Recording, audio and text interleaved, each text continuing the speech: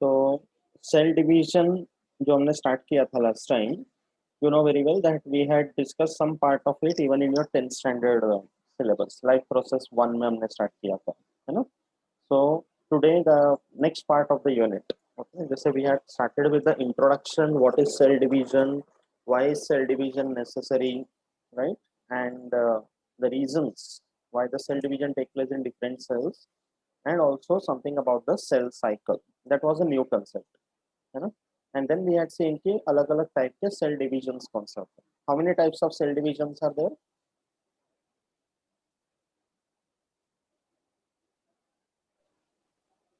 2 types. No.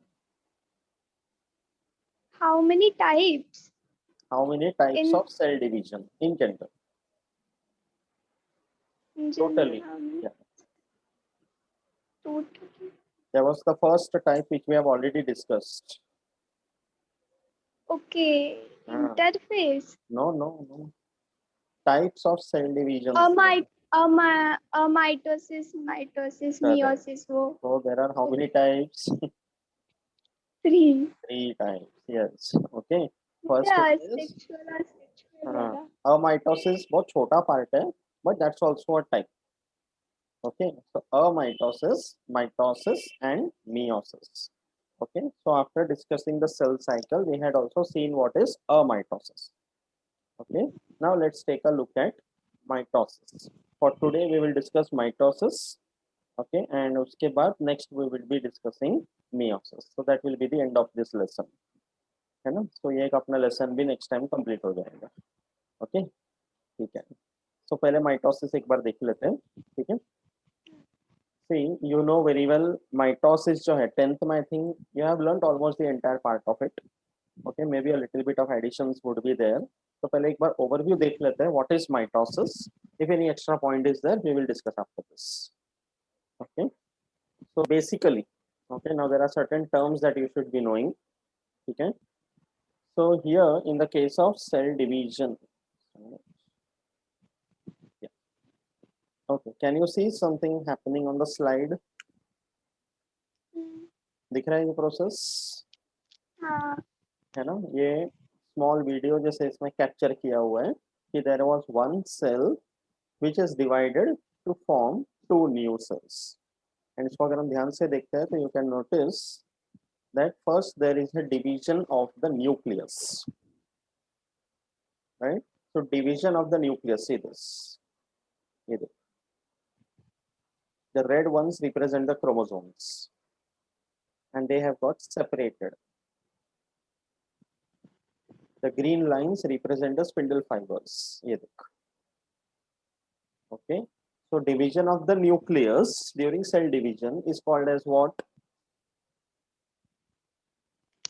There's a word for it.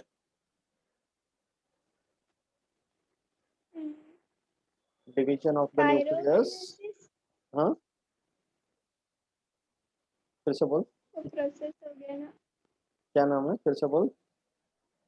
नहीं वो type में आ गया. नहीं करेक्ट बोल रही थी शायद. बोल.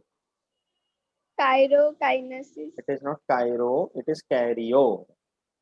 Okay, carry. Okay, it is karyokinesis. Kinesis का मतलब है division. Caryon means nucleus.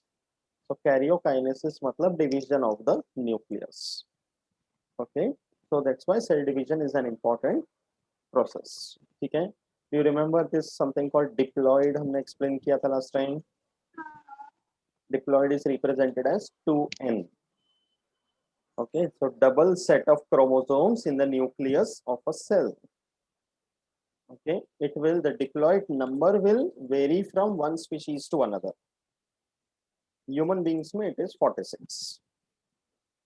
Okay, similarly N stands for haploid. Okay, so it's a single set of chromosomes in the nucleus of a cell.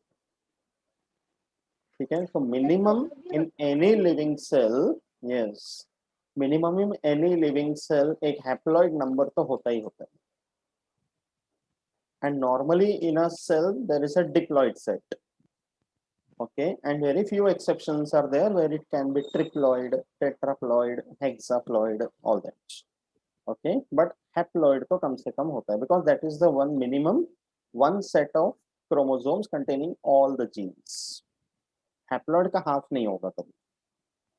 Okay, so in case of human beings the haploid number is 23. ठीक है. Now, so types basically mitosis we have seen, we'll keep it aside. For now we will consider mitosis and meiosis. Okay, so first take an overview. पहले mitosis. Okay, so mitosis का क्या है? What is the broad picture of mitosis? The other one is meiosis. ये detail हम लोग next time देखेंगे, है ना? So in the case of mitosis, there is a diploid cell. जो cell divide कर रहा है, the parental cell is the diploid cell. This diploid cell will first undergo division and will produce how many cells? 2 haploid. 2 cells. No, haploid नहीं. Diploid. Mitosis है. Mitosis में the resulting daughter cells are also the same ploidy number as the parent cell. Okay, so अगर diploid cell divide कर रहा है, तो daughter cells would also be diploid, and there will be 2 of them. समझा? Okay, and that's the reason. Okay, meiosis में क्या होता है देख पहले. In case of meiosis, one diploid parent cell will undergo first division, where there will be 2 daughter cells produced. Both of them are haploid. Okay, they will in turn further divide, and then this 2 will give rise to 2 more haploid daughter cells. So पहला जो division हुआ, that is called meiosis 1. The other one is called meiosis 2. Mitosis, as such, if you see, it's a single step process. Meiosis takes place in 2 steps. That's why it's a comparatively longer process. अभी difference समझा?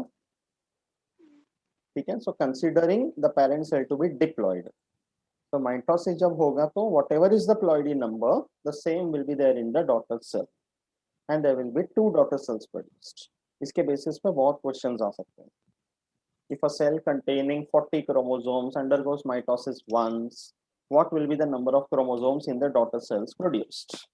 बता क्या है? It will be 40. Got it? ऐसा. ठीक है. If a cell containing 68 chromosomes undergoes meiosis once, how many chromosomes would be there in the daughter cells via meiosis? 34, 34. Correct. 34, 34, 34, 34. 4 होते हैं ना. Meiosis में 4 daughter cells are produced. Okay, that is the very important part. So when meiosis takes place and such 4 haploid daughter cells are produced at the ends of it, all of them are called by one name. What is that?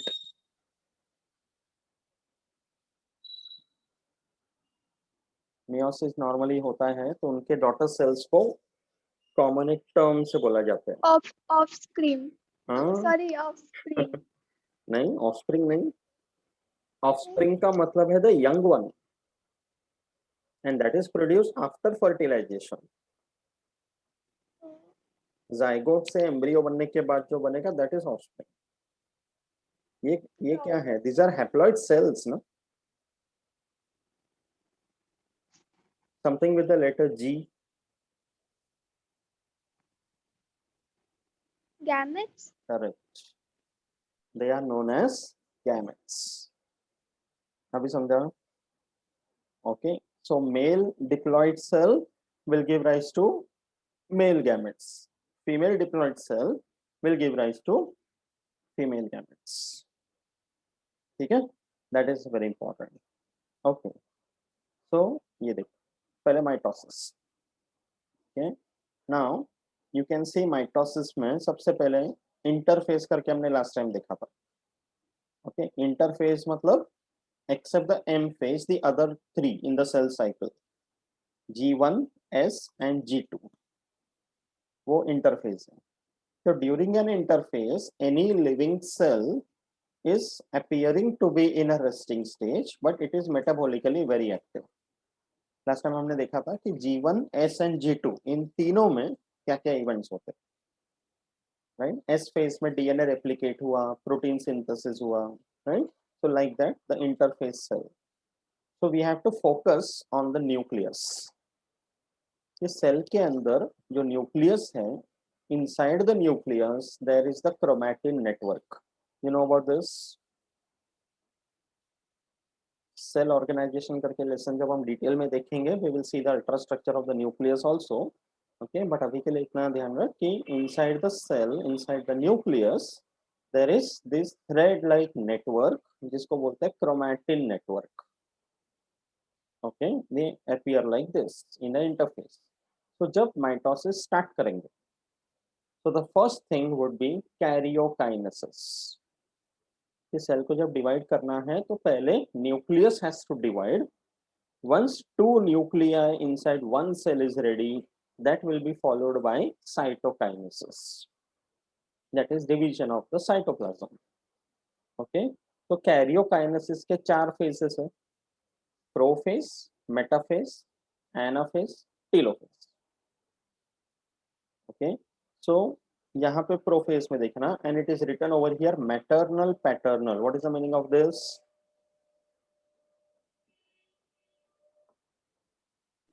Male, female. Okay, see, it's like we have 46 chromosomes in our cells.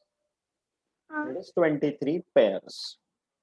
Okay, so कोई भी एक pair में अगर consider करता हूँ, pair का मतलब है 2 chromosomes.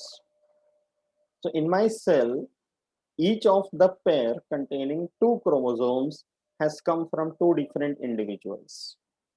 One from the mother, one from the father. तो यहाँ पे ये मैटरनल क्रोमोसोम मतलब the chromosome which is received from the mother. Paternal means the chromosome received from the father. Okay, तो मतलब एक सेल के अंदर जितने डिप्लॉयड पेयर्स होते हैं, pairs of chromosomes, they are received from each parent. Okay, इसलिए ऐसे रिप्रेजेंट करना जरूरी है. ठीक है, सो इंटरफेस में देखना, they are highly coiled, but in the prophase they have condensed to form the chromosomes. ठीक है, and you can see something star shape like this here. इसको बोलते हैं सेंट्रियोल्स. ये सिर्फ एनिमल सेल्स में मिलते हैं. तो यू कैन सी प्रोफेज में सेंट्रियोल भी डिवाइड होकर 2 हो चुका है, and both of them on the opposite poles. अभी हम लोग देखते हैं प्रोफेज वगैरह डिटेल में, अभी इसमें डायग्राम में दिख रहा है वो देख. ठीक है, so in the prophase there is one more thing that you notice, that nuclear membrane has disappeared. दिख रहा है, इस न्यूक्लियस है ना इसके अंदर का, उसका जो मेम्ब्रेन है वो गायब हो चुका है. That means it is only the cell with the cytoplasm. Okay, then metaphase. Meta means in between. You can see जितने क्रोमोसोम्स ऐसे साइटोप्लाज्म में स्कैटर्ड थे, अब वो सेल के बीचों बीच आके एकदम खड़े हो गए, तैयार. They have arranged themselves on the equatorial plate. And दोनों एंड में centrioles.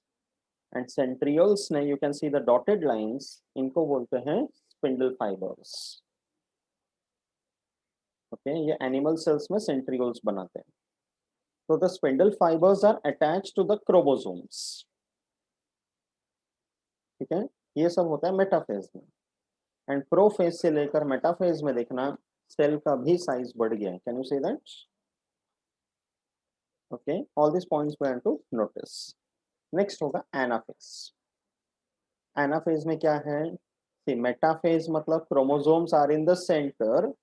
It's like there is a marathon going on and the players, the runners are standing in the line ready to start. तो metaphase से जब anaphase में जाएंगे तो ready steady पो. Okay, तो उसमें क्या होगा? Chromosomes will have to start running. तो आधे उधर आधे इधर. Okay, so some of them exactly equal number will go to one side, other equal number on the other side. Chromosomes will start running over the spindle fibers, or you can say the spindle fibers will pull them towards it. Okay, वो होगा anaphase में. तो जब सारे chromosomes opposite ends में पहुंच चुके हैं तो दोनों साइड के न्यूक्लियस तैयार. ओके, तो यहाँ पे न्यूक्लियर मेम्ब्रेन वापस आ जाएगा, इधर भी न्यूक्लियर मेम्ब्रेन वापस आ जाएगा. स्पिंडल फाइबर्स का रोल खत्म. That is telophase. and in that same time during telophase or in fact during anaphase itself you can see cell की इधर ऐसा constriction होने को start हुआ है. that means telophase खत्म होते होते cytokinesis start हो जाता है. getting it? It's like a simultaneously. हम लोगों ने ये stages करके डिजाइन किया, but in a cell it is happening one after the other. no, cell को नहीं पता है कि यहाँ तक मैं कर रहा हूँ तो ये प्रोफेज है, इसके बाद मैं मेटाफेज में रहूंगा, ऐसे कर. वी हैव डिजाइन कि हाँ ये मेटाफेज है, ये anaphase, for our understanding. Okay, तो ओवरव्यू समझा माइटोसिस का. Okay, see this. माइटोसिस जो है it is also called indirect cell division, also called somatic cell division, also called equational division. ये तीनों वर्ड से जाना जाता है. Indirect is actually for mitosis and meiosis both. Okay, somatic cell division, equational division is only for mitosis. Okay, indirect क्यों बोलते हैं? Because पहले nucleus divide होता है, फिर cytoplasm divide होता है. So that happens in meiosis as well. Okay, and somatic cell division. What is the meaning of the word somatic? ये word सुना पहले? सुना है, मीनिंग नहीं पता. Okay, somatic cell division means okay, see, any considering a human body or any other organism also for that matter, those cells which normally do not take part in reproduction उनको बोलते हैं somatic cells. Okay, any cell of the body which normally does not involve in reproduction at all उसको somatic cells बोलते हैं, also called as the body cells. Okay, and if the cells are involved in reproduction तो उनको बोलते हैं germ cells. GERM. Okay, तो body में दो तरह के सेल्स होते हैं, somatic cells, germ cells. Mitosis को हम लोग सोमैटिक सेल डिवीजन बोलते हैं because it is involve in the cell division of all the different somatic cells of the body. तो नॉर्मल बॉडी ग्रोथ, रिपेयर वगैरह माइटोसिस की वजह से होते हैं. मतलब गैमेट्स छोड़ के सब बॉडी में हाँ. सब सेल सोमैटिक है ना. करेक्ट. ओके, गैमेट फॉर्मेशन के लिए इट इज ओनली मियोसिस. ठीक है, एंड इसका दूसरा मीनिंग है equational division. Why it is called equational? because the number of chromosomes in the daughter cells remain the same, इसलिए उसको इक्वेशनल डिवीजन बोलते हैं. समझा? ओके, ये गिव रीजन क्वेश्चन आ सकते हैं कि why it is called somatic cell division, why it is called equational division, you should know. Okay, ये look, the real picture of mitosis taken under the microscope. Okay, इसमें see the first picture at the top. Can you notice anaphase and metaphase? ध्यान से देख.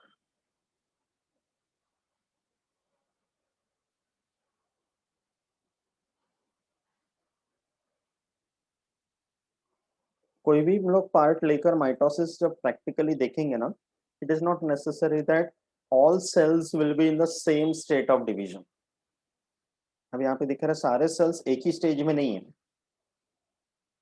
तो कुछ sales metaphase में होंगे, कुछ प्रोफेज में रहेगा, कुछ एनाफेज में रहेगा. It's a possibility. Okay, so can you notice anaphase in the first picture?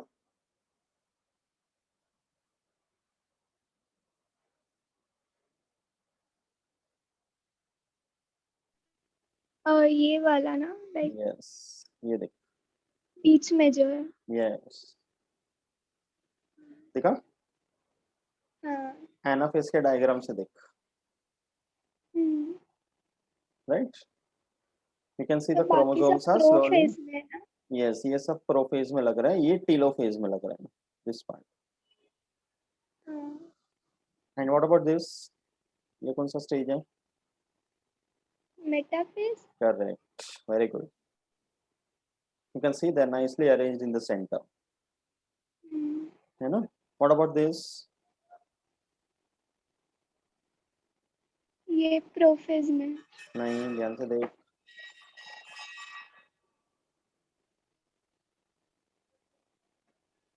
Telophase. it is anaphase, anaphase which has just ये started, पूरा जस्ट स्टार्ट हुआ है क्रोमोसोम सेपरेट होने को। अब यहाँ डायग्राम में कैसा है ना कि हमने सिर्फ दो दो चार चार क्रोमोसोम दिखाए, इसलिए क्लियर समझ रहे हैं, बट एक सेल के अंदर बहुत सारे क्रोमोसोम होते हैं ना। This is normally done in a laboratory using onion root tips, onion plant के रूट्स का टिप्स पोर्शन जिसमें डिवीजन होता रहता है, वो लेकर हम लोग ये प्रैक्टिकली करते हैं। तो onion has got 16 as a diploid number, तो 16 क्रोमोसोम यहाँ पे दिखेगा, तो इसमें एकदम कंजेस्टेड सा दिखता है। तो that's why looking at the real picture and looking at a diagram is always different. अगर कोई और मटेरियल लेकर हम करेंगे तो और कंजेस्टेड दिखेगा। तो प्रैक्टिकली ऐसे मटेरियल में करना चाहिए जिसमें थोड़ा कम नंबर ऑफ क्रोमोसोम्स हो, so that we can visualise the stages nicely. ठीक है, समझा यहाँ तक अच्छे से? इसका एक अच्छा प्रोसीजर एक्चुअली प्रैक्टिकल्स में करते हैं, बट अभी प्रैक्टिकल तो यू नेवर नो क्या कैसे कब होगा, गॉड नोस, राइट। तो ये ऑनियन रूट टिप लेकर उसका हाइड्रोलिसिस करते हैं, ओके, उसको अलग अलग ट्रीटमेंट वगैरह देकर स्टेनिंग करके then it is observe. Okay, चलो let's see the stages one by one. Okay, so first thing coming to mitosis, karyokinesis, the first stage is prophase. Okay, so prophase में क्या हो रहा है? Firstly, there is a nearly complete disappearance of the nuclear membrane and nucleolus. Okay, ये nuclear membrane और nucleolus धीरे धीरे disappear होना स्टार्ट होता है। What do you mean by the disappearance? कहाँ चले जाते हो?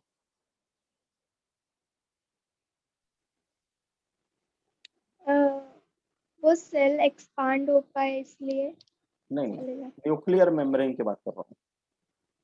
तो न्यूक्लियर मेम्ब्रेन के जो कंपोनेंट्स है ना, वो सेपरेट आउट होकर साइटोप्लाज्म में रह जाते हैं, डिसइंटीग्रेशन। ओके, तो वो सेपरेट होकर जब रह जाएगा तो बाद में जब भी बनाना होगा टीलोफेज में, तो फिर से वो असेंबल कर देंगे, न्यूक्लियर मेम्ब्रेन नजर आएगा। But tell me one thing, why does the nuclear membrane disappear?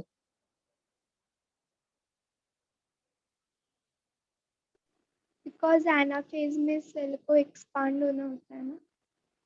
Expand होना है, एंड सेकेंडली न्यूक्लियस के अंदर ही अंदर अगर सब कुछ करेंगे तो सरफेस एरिया इज लेस ना। हाँ। तो हाँ। न्यूक्लियर मेम्ब्रेन डिसअपियर हो जाएगा तो ज्यादा एरिया मिलेगा, तो chromosomes can separate out fast. Okay, so that is the first important thing that happens in prophase. Okay, that is followed by condensation of the chromosomes. Okay, जो chromatin था interphase में, now they are condensing to become chromosomes. तो उनका जो actual length है उससे 1/25 जितना reduce हो जाता है। तो अगर वो 25 मिलीमीटर जितना लंबा होगा तो अभी 1 मिलीमीटर हो जाएगा। God bless. Okay, that is condensation of chromosome. Okay, and then the chromosomes they start moving towards the nuclear membrane. ये again real photograph taken under the microscope. जो प्रोफेज है ना, we can divide the prophase also into two stages, something called early prophase and late prophase, and दोनों में difference देख।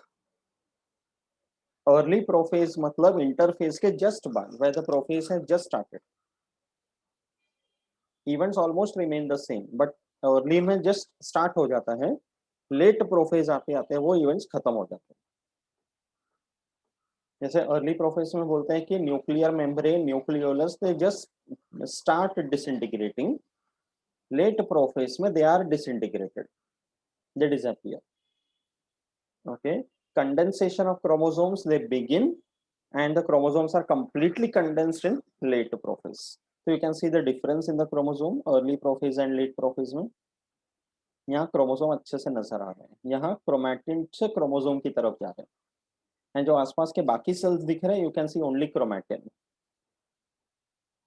अभी difference समझ रहे हैं?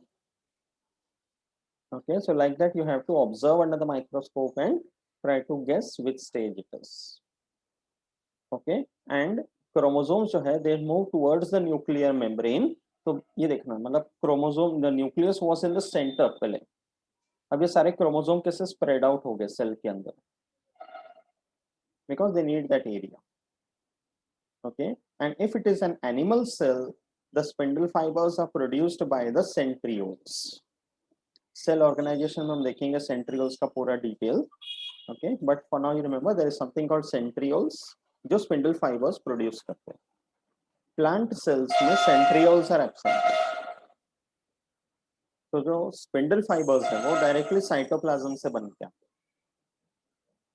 Okay, but spindle fibres are produce. इसलिए एनिमल सेल्स के माइटोसिस को बोलते हैं astral mitosis, and plant cells के माइटोसिस को बोलते हैं anastral mitosis, because of the presence and the absence of centrioles. Okay, plant cells में साइटोप्लाज्म के साइटोस्केलेटन होते हैं, उसी में से स्पिंडल फाइबर्स बन जाते हैं. ठीक है, so prophase is clear properly, early and late prophase समझा. Okay, then second one is metaphase. Metaphase normally takes around 2 to 10 minutes. ये थोड़ा छोटा phase है, because the chromosomes, what is the one main thing which the chromosomes have to do? They will have to arrange themselves at the equator. Okay, cell के अंदर वो equatorial plane में उनको arrange करना है, which is arranged perpendicular to the longitudinal axis, मतलब लंबाई के साथ perpendicular. And here also, according to the number of chromosomes which are present, the chromosomes which are small in size, they will lie near the center, बीच में, and जो बड़े chromosomes होंगे, they will be on the sides.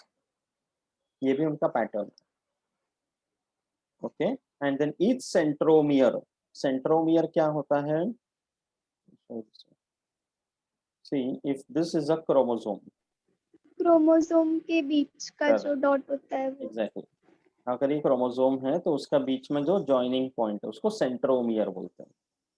तो जो spindle fibres होते हैं ना, वो इस तरह से सेंट्रोमियर से कनेक्टेड होते हैं, लाइक दिस, एंड वो सेंट्रोमियर्स के थ्रू पुल करते हैं. Okay, so each centromere is joined by 2 chromosomal fibers. Okay, one from each pole. Okay, ये एक पोल से आ रहा है तो यहाँ दूसरे पोल से आएगा. ओके, तो centromeres would be on the equator, and उसके जो दोनों आर्म्स है, they are facing on both the other sides. That's how they are arranged. ठीक है, तो मेटाफेज में क्या हो रहा है? Spindle fibers are completely formed. Okay, and then there is something called as the metaphase plate या equatorial plate. Okay, on which all the chromosomes would be arranged. उसमें भी smaller chromosomes would be near the center of the cell. Larger chromosomes are at the periphery, मतलब side में. Okay, and each centromere is joined by 2 chromosomal fibers. एक इस पोल से और एक इस पोल से. Okay, mitotic spindle भी बोलते हैं, microtubules भी बोलते हैं. Okay, we'll study the details of the microtubules and all in the cell organization lesson. Okay, and the centromeres would be at the equator, and their arms of the chromosomes are on the both the sides. Okay, that's how metaphase stage is ready. अभी real photo देखा तो you understood कि कैसे दिखते हैं. Okay, see this very clearly. See, can you notice the spindle fibers? You know, वो हाँ वो थोड़ा लाइन लाइन जैसा है। ये बीच में जो हल्के हल्के लाइंस दिख रहे हैं ना वो। ओके, तो कितना क्लियर नजर आ रहा है देखो। Chromosomes are all set to run the marathon. Okay, that is metaphase. ठीक है। ओके, तो दो स्टेजेस समझ में आ गया अच्छे से। Okay, next one is anaphase. Anaphase is a stage of the shortest duration. Okay, because anaphase में करना क्या है, इसमें भी actually early anaphase late anaphase ऐसा होता है।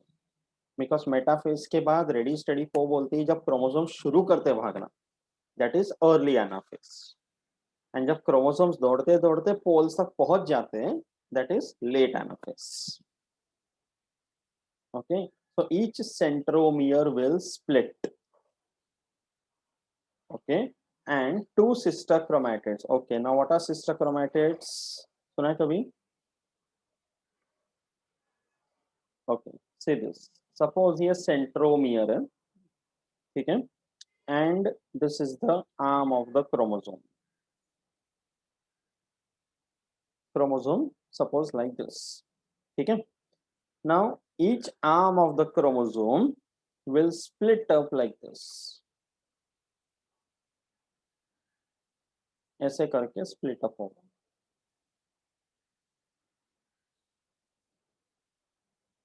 बिकॉज सी माइटोसिस में क्या करना है, जितने क्रोमोसोम्स थे वो सेंटर में प्रेजेंट थे, और एनाफेज में they are separating, but still the ploidy number remains the same. 46 का 46 ही रह जा रहा है। तो वो कैसे होगा, जब इस तरह से सेपरेशन होगा longitudinally, so that when the chromosomes will be split up, तो equal number will go to both the sides. Getting it? तो ऐसे जो आर्म्स के सेपरेट होकर लॉन्जिट्यूडनल पार्टीशन बन रहे हैं, उसको हम बोलते हैं sister chromatids. Will be like this, so there will be two sister chromatids like this, formed from one chromosome. So one chromosome is having two sister chromatids. तो जब सेपरेट होंगे तो दो इस तरफ गए, दो इस तरफ गए, हो गया। Got it? Okay, so that's how the division takes place here in anaphase.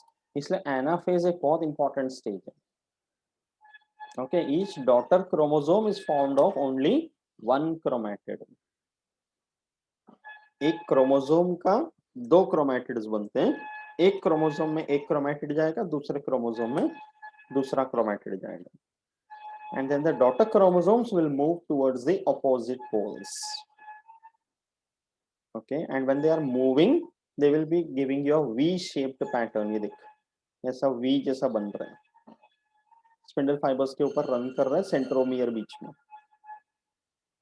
तो either it can be V shaped or it can be even J shaped, कि एक क्रोमोसोम छोटा रहेगा दूसरा लंबा रहेगा तो जे जैसा पैटर्न दिखेगा,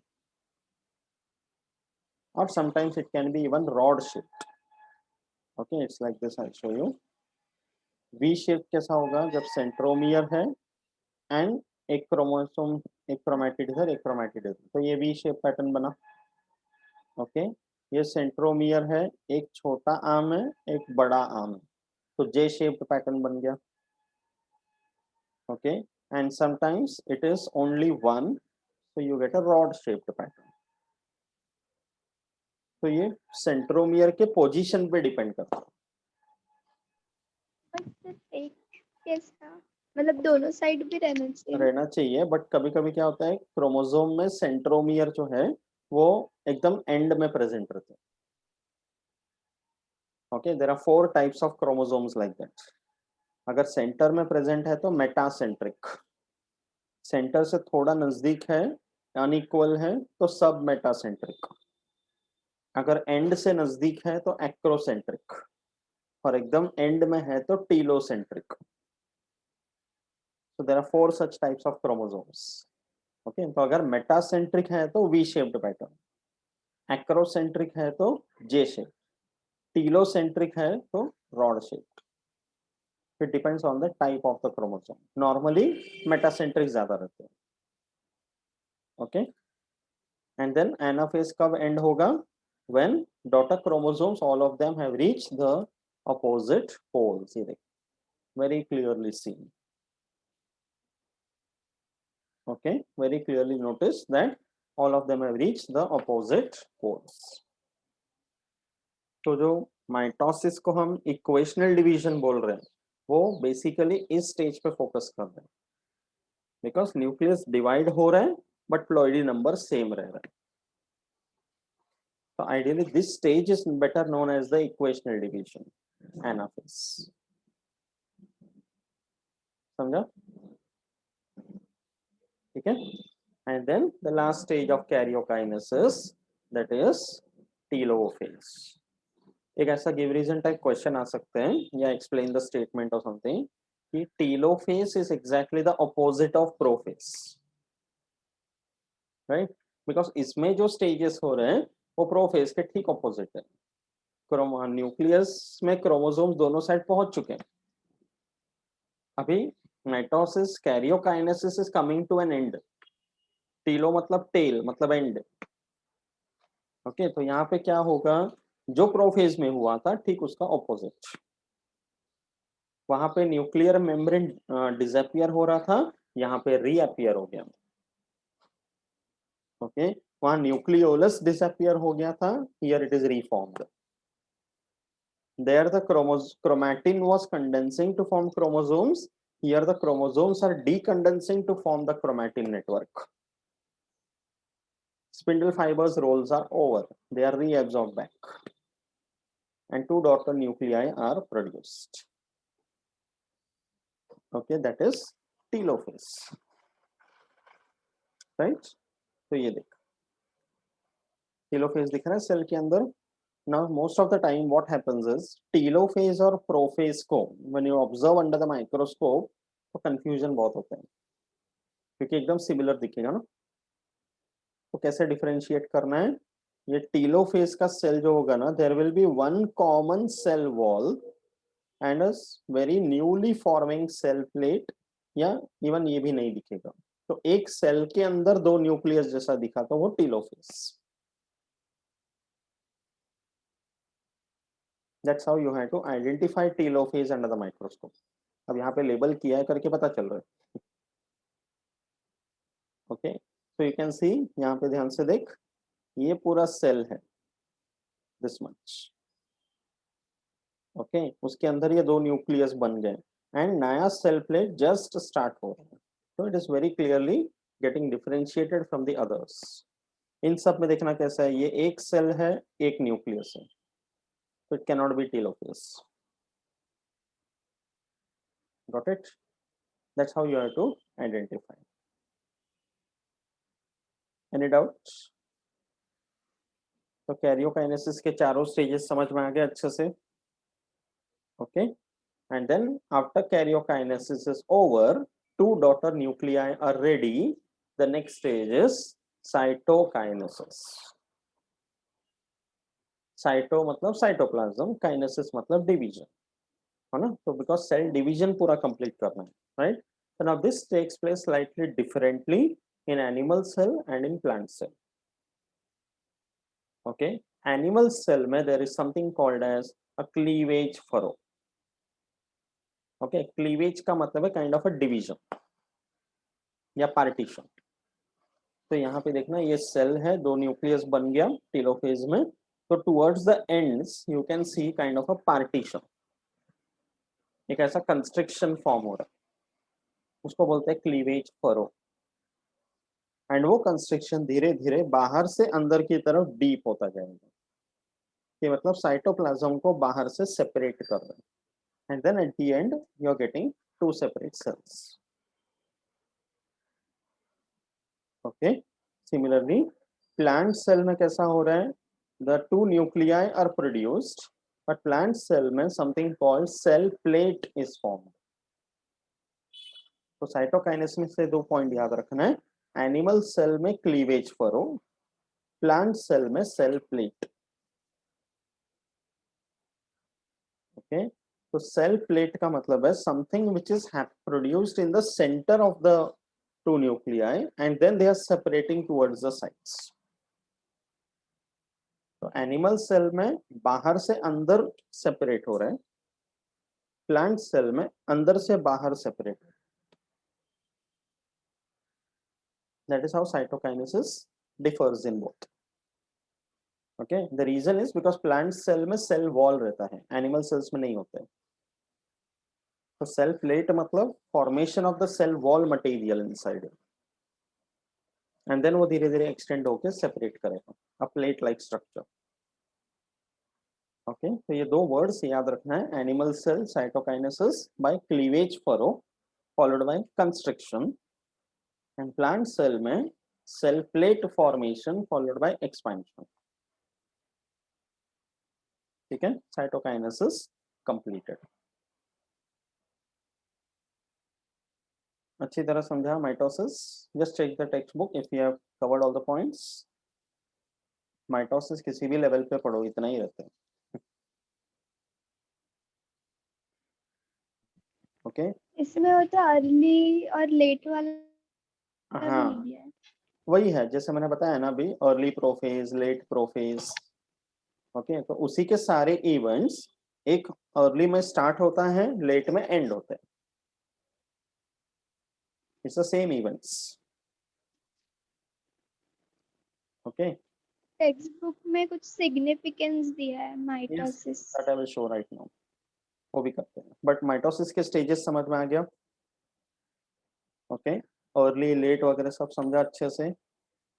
डायग्राम में भी वही सब दिया हुआ, देखो, if you read through it you will understand everything properly. ठीक है, let's take a look at the significance of mitosis. Okay, now for the significance मेरे पास कुछ पॉइंट्स तैयार है, वही दिखाता हूँ। See when you understand mitosis, या ओके, अभी हमने देख लिया कि माइटोसिस जो है वो एक सोमैटिक सेल डिवीजन, राइट? तो सिग्निफिकेंस का मतलब क्या है कि like when the mitosis will take place, how it is useful और beneficial in various ways. Okay, so there are around 8 points of significance. ठीक है, let's take a look. The first thing, mitosis के वजह से what is happening? It keeps the daughter cells chromosome number constant. Whatever was the chromosome number in the parent cell, same chromosome number in the daughter cell. And ये जरूरी है, correct? Because imagine otherwise अगर ये number बदलते रहता था तो क्या होता? When you were born you would have 46 chromosomes. Now when you are big you will have 92 chromosomes. Yeah, maybe something different. तो unstable रहता ना सब। Okay, so chromosome number constant रहना बहुत जरूरी है for that species. Okay, and also genetic stability. Genetically the chromosomes are also stable in the daughter cells. Okay, so the linear hierarchy is maintained. कि एक cell से दूसरा cell 1000 बार, millions of times let them divide, but the chromosome number will remain the same. Genetic constituent remain the same. There is no change in the chromosome also. जो DNA है, जो jeans का sequences है, वो सब नहीं बदल रहा है. It's only forming a clone. So this type of division is also necessary. Okay. Then it also helps in growth and development of the zygote into an adult during embryonic development. Because sexual reproduction के बाद after fertilization the first cell is the zygote and that's a diploid cell. तो वो जो zygote है उसका adult formation होना जरूरी है and that will happen only by mitosis because zygote बनने के बाद कोई meiosis नहीं है. Okay, zygote बनने के लिए, gamete बनने के लिए meiosis है, but after that is only mitosis. Okay, and then for repair and regeneration, even that is very important. कि कभी अगर कोई cells damage हो गए to some extent, So the body has got a capacity to repair it. जैसे अपने हाथ पैर में चोट लग गया, okay, the skin portion has cut, so we are able to produce something called as a new skin, a clot, है ना. तो वो किस वजह से हो रहे हैं? Mitosis. In some cases, regeneration of the lost parts. You know, lizard का tail, है ना. अगर lizard कहीं पे फंस गया खिड़की में कहीं पे, उसका tail कट गया, तो the lizard can grow a new tail out of it. और tail में से नया lizard नहीं आएगा, lizard में से नया tail आएगा. So that is called regeneration. So again, that is mitosis. अपना starfish का जो arm है, there are 5 arms in it, तो एक arm अगर कट गया, तो it can regrow the lost arm. That is mitosis. तो ये भी जरूरी है, उसका सर्वाइवल फर्क पड़ रहा है ना. Then asexual reproduction में mitosis है सिर्फ, right? Because in sexual reproduction there is meiosis for gamete formation. Asexual में there is nothing called gamete formation. The young ones which are produced are the direct clones of the parents. तो जो asexual reproduction है by any of the method, जैसे fragmentation या budding, stem cutting, grafting, spore formation, okay, या binary और multiple fission, ये सारे जो techniques होते हैं, इन सब में it is only mitosis that is going on. एक अमीबा डिवाइड होकर बहुत सारे अमीबा बन रहे हैं, that is mitosis. So mitosis is significant to carry out asexual reproduction. Okay, समझा यहाँ तक? Next points. ओके, और कौन से पॉइंट्स हैं माइटोसिस में? They also show evolutionary inter relationship. ये सब थोड़े माइनर पॉइंट्स हो गए. अभी हमने प्रोसेस देखा माइटोसिस का, it was not specifically for any species कि सिर्फ ह्यूमन बींग्स में ऐसा होता है या सिर्फ ऑनियन में ऐसा होता है. ये जो प्रोसेस हमने देखा प्रोफेज से लेकर साइटोकाइनेसिस तक, it was common, it was universal across all the species. Every species, irrespective of the chromosome number, they are undergoing a similar pattern of mitosis. इसका मतलब क्या हुआ कि if you correlate that from evolution point of view, all organisms have a common ancestor.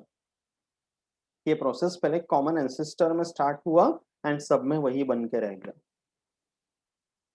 Getting it? So that means इसमें हम लोग एक similarity ढूंढ रहे हैं between different organisms.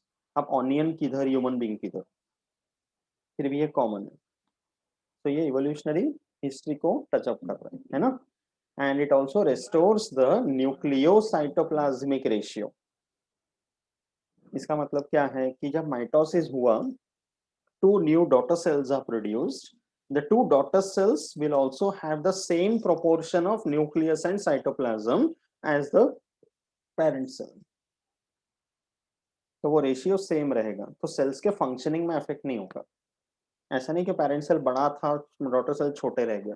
They enlarge and become same as the parent cell. So size and proportion wise भी parent cell. Sir आपकी voice break. Okay, okay. Yeah.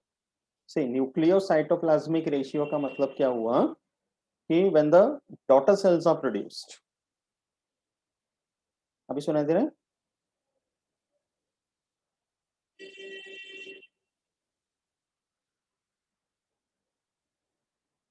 Hello Sneha,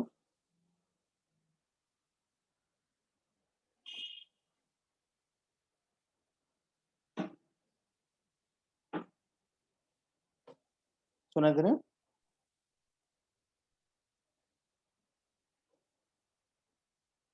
Am I audible now?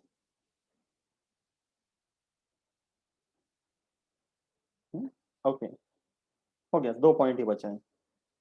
Okay, so when the new daughter cells are produced, तो उसके nucleus and cytoplasm के volume का ratio निकालेंगे अगर, तो that will be similar to what was there in the parent cell. Okay, overall the proportion remains the same. तो sales का functioning के लिए जितना उसका एरिया वॉल्यूम चाहिए वो सेम रहेगा.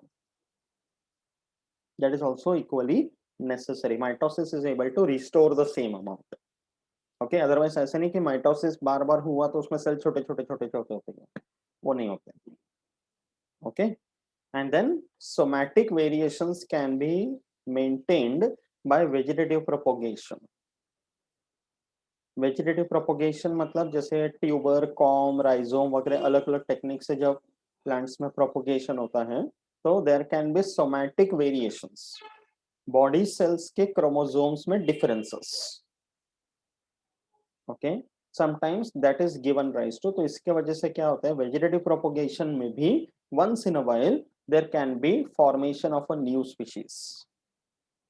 स्पीसिएशन का मतलब है formation of new species. So sometime in a what you can say a minor role, mitosis can play a role in that. Okay, and also mitosis keeps a check on the cell size. Okay, favorable surface area to volume ratio, because a cell has to constantly keep exchanging lot of materials with the outside of the cell. बाहर से बहुत सारे material अंदर जाते हैं, अंदर से बहुत सारी चीजें बाहर जाते हैं. सो ये जो फंक्शनिंग चल रहा है that is maintained because of the cell size and favorable ratio that is maintained by mitosis.